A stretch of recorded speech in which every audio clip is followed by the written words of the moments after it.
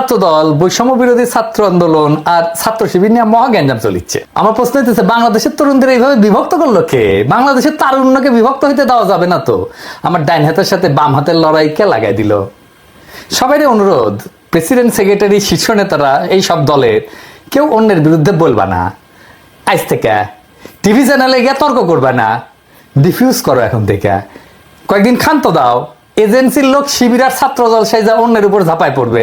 আমি চোখে চোখে দেখতে পাইতেছি এজেন্সির লোকেরা পূর্ণ শক্তি নিয়ে নামে গেছে।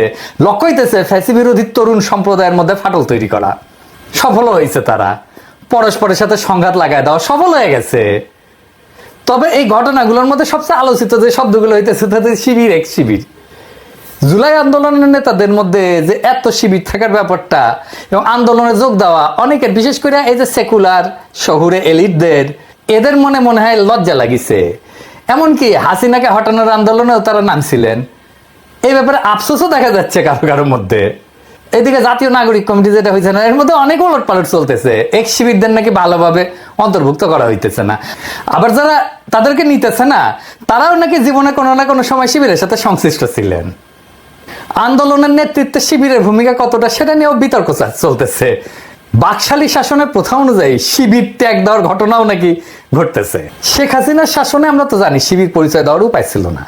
শিবির ত্যাগ দেওয়া, হত্যা, গুমের, মারধরের ঘটনা তো অগণিত। আবরারকে তো এইভাবেই মারা হয়েছে, তাই না? ফলে গোপন তো করতেই হইতো, উপায় তো ছিল না। হাসিনাকে হটানোর পরে বহু বছরের বার্তা ভেঙে গেছে। তাই অনুমান করি যে শিবির বা এক শিবিররা গর্ব নিয়ে নিজেদের পরিচয় দিতেছে যে রাজাকারের মতো একটা সম্মানের ব্যাপার হয়ে উঠছে শিবির হওয়াটা। নিজের যে পরিচয় আপনার সামনে আনতে চান, সেই নামে আপনাকে ডাকার ঘটনাকে ট্যাগ বলা কঠিন। তবে এটাও ঠিক যে দেশে এখনো বহু সাংস্কৃতিক এবং রাজনৈতিক পরিসর আছে যেখানে শিবির পরিচয়, জামাতের পরিচয় সমস্যা হয়। ওইদিকে ছাত্রদল মনে হয় একটা অ্যান্টি শিবির মুডে আছে। ফলে কোথাও কোথাও এটা ট্যাগ হয়ে উঠতে পারে এবং দমন পীড়নের বৈধতা দেওয়ার ঝুঁকি তো থাকেই। এই যে পরিস্থিতিতে চলতেছে, এই পরিস্থিতিতে বিপ্লব পরবর্তী প্রতিক্রিয়া বা অস্থির সময়। সব বিপ্লবের পরে এরকম অস্থির সময় আসে। যারা জুলাই বিপ্লবকে বিপ্লব বলে স্বীকারই করতে চান না, তাদের জন্য এইখানে কিছু ইশারা আছে।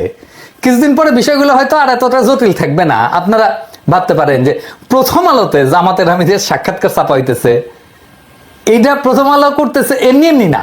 বাংলাদেশের রাজনৈতিক পরিষদের জামাত শিবির নিয়ে যে কুসংস্কার ট্যাবু ছিল সেটা দূর হইতেছে। এটাই তার প্রমাণ। এবার মূল আলোচনায় আসি, জুলাই বিপ্লবের শিবিরের কৃতিত্ব নিয়ে। শিবির নিয়ে কিছু কওয়া আমার জন্য মুশকিলই বটে। মানে শিবির নিয়ে কিছু কইলে, বিশেষ করে বিএনপি এসে কইলে আপনার প্রিয় শিবির, কেউ কেউ গালাগালিও শুরু করবে। কথাটা মিথ্যা না। শিবির প্রসঙ্গে আমার কিঞ্চিত দুর্বলতা আছে, এটা আমি আগেও বলছি। তাও আমি চেষ্টা করব বস্তুনিষ্ঠভাবে আলাপটা করার।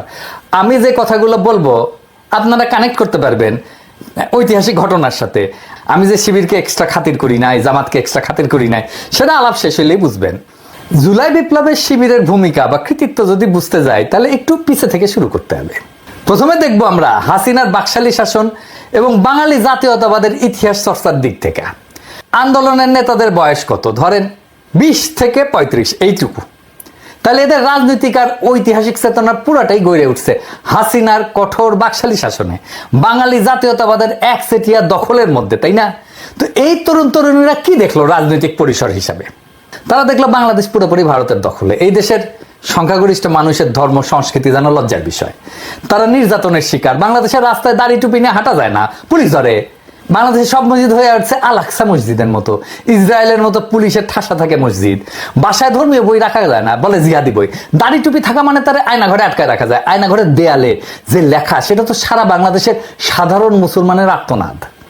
আলেমদের নির্বিচারে গণহত্যা করা যায়। সর্বজন শুদ্ধ আলেমকেও রিমান্ডে অত্যাচারের শিকার হইতে হয়। বছরের পর বছর আটকা থাকে বিনা বিচারে মুসলমানের সংস্কৃতি নির্বাসনে। আর বাংলাদেশে যে সংস্কৃতি সেলিব্রেট করা হয়, সেটা আসলে বাঙালি হিন্দুর সংস্কৃতি।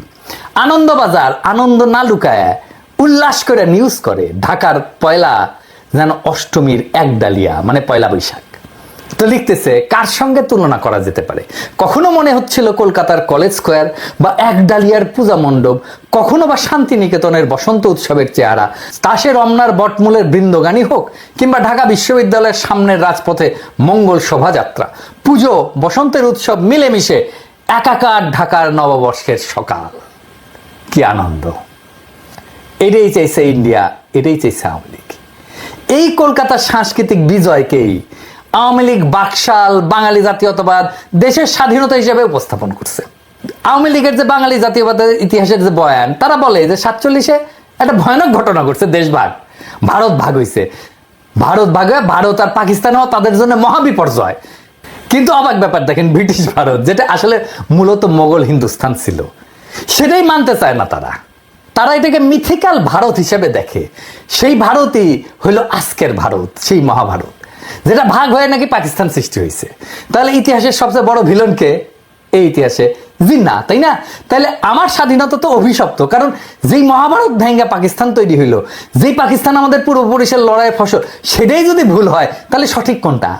সঠিক হচ্ছে ইতিহাসের সেই ভুল শোধরানো, সেই মহাভারতের মিথিক্যাল ভারতে ফিরে যাওয়া। ওইখানে ফিরে গেলে আমার মুক্তি, এটাই হয়ে দাঁড়ায় আওয়ামী লীগের স্বাধীনতার পর।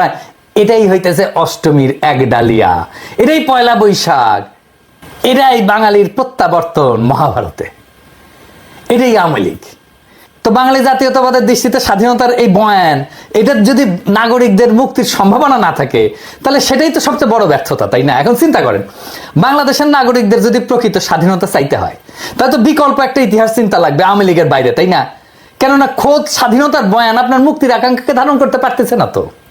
এখন দেখেন, আপনি যদি দেশের মানুষের মুক্তি চান, স্বাধীনতার রাজনীতি করেন, আন্দোলন করেন, তাহলে তো একটা সংগঠিত রাজনৈতিক শক্তি লাগবে আপনার জন্য। দেশের মানুষকে আহ্বান জানাইতে হবে তো সেই রাজনৈতিক শক্তি থেকে। সবচেয়ে বড় কথা, জনগণের ভরসাস্থল হইতে হবে তো আপনাকে। আপনার ডাকে তারা সাড়া না দিলে কিভাবে আন্দোলন করবেন? আপনি তখন সংগঠিত রাজনৈতিক শক্তির খোঁজ করবেন, তাই না? উঠতে বেড়াবেন, দেশের রাজনৈতিক সংগঠনগুলোর দিকে নজর দিবেন, তাদের বয়ান, ইতিহাস চিন্তা যাচাই বাছাই করবেন, তাই না? হাসিনা প্রতিপক্ষ রাজনৈতিক শক্তিগুলোর মধ্যে যদি সম্ভাবনা খুঁজতে যায়, দেখেন কারা কারা আছে। বিএনপি আছে, বাম দল আছে দুই একটা, জামাত আছে, শিবির আছে, এই তো হেফাজত আছে। এই পর্যায়ে এসে আপনার মনে হবে যে বাংলাদেশের প্রকৃত স্বাধীনতার ভিত্তি কোথায়, দেশের নাগরিকদের মুক্তির জন্য কোন ইতিহাস চিন্তা সবচেয়ে উপযুক্ত, তাই না? আপনি বিএনপিকে যদি দেখেন, দেখবেন যে নির্যাতিত তারা, হাসিনার দমন পীড়নে তারা পিষ্ট, নেতারা জেলে, কর্মীরা গুম হয়ে যাচ্ছে, ক্রস ফায়ারে যাচ্ছে, ঘর বাড়ি ছেড়ে পালাই বেড়াচ্ছে বনে জঙ্গলে, তাই না? ভালো একটা সম্ভাবনা খুঁজে পেলেন, মজলুম দল সাধ্যমতো লড়াই করতেছে, রক্ত দিতেছে, তখন তাদের ইতিহাস চিন্তার দিকে নজর দেবেন। আপনি কি পেলেন? আপনি তো খুব একটা স্পষ্ট কিছু বুঝতে পারলেন না। বিএনপির মধ্যে আপনি তো গণতন্ত্রের দাবি দেখবেন, ভোটের দাবি দেখবেন, তারা একটা ভোট চাইছে, তাদের মধ্যে ভারত বিরোধিতা আছে একটা সেকশনের মধ্যে। বিএনপির লোকেরা বলে না যে আপনারা দেখতে পান না, আমরা তো তিস্তা নিয়ে প্রোগ্রাম করছি, লং মার্চ করছি ইন্ডিয়ার বিরুদ্ধে, আমরা কি ইন্ডিয়ার বিরুদ্ধে কথা বলি না? সত্য, কিন্তু এটাও সত্য, বিএনপির মধ্যে ভারতকে সন্তুষ্ট কইরা দেশে গণতন্ত্র ফেরানোর আশাও আছে। তো এটা তো মিথ্যা কথা না, তাই না? আপনারা তো দেন দরবার করছেন, করেন এখনো।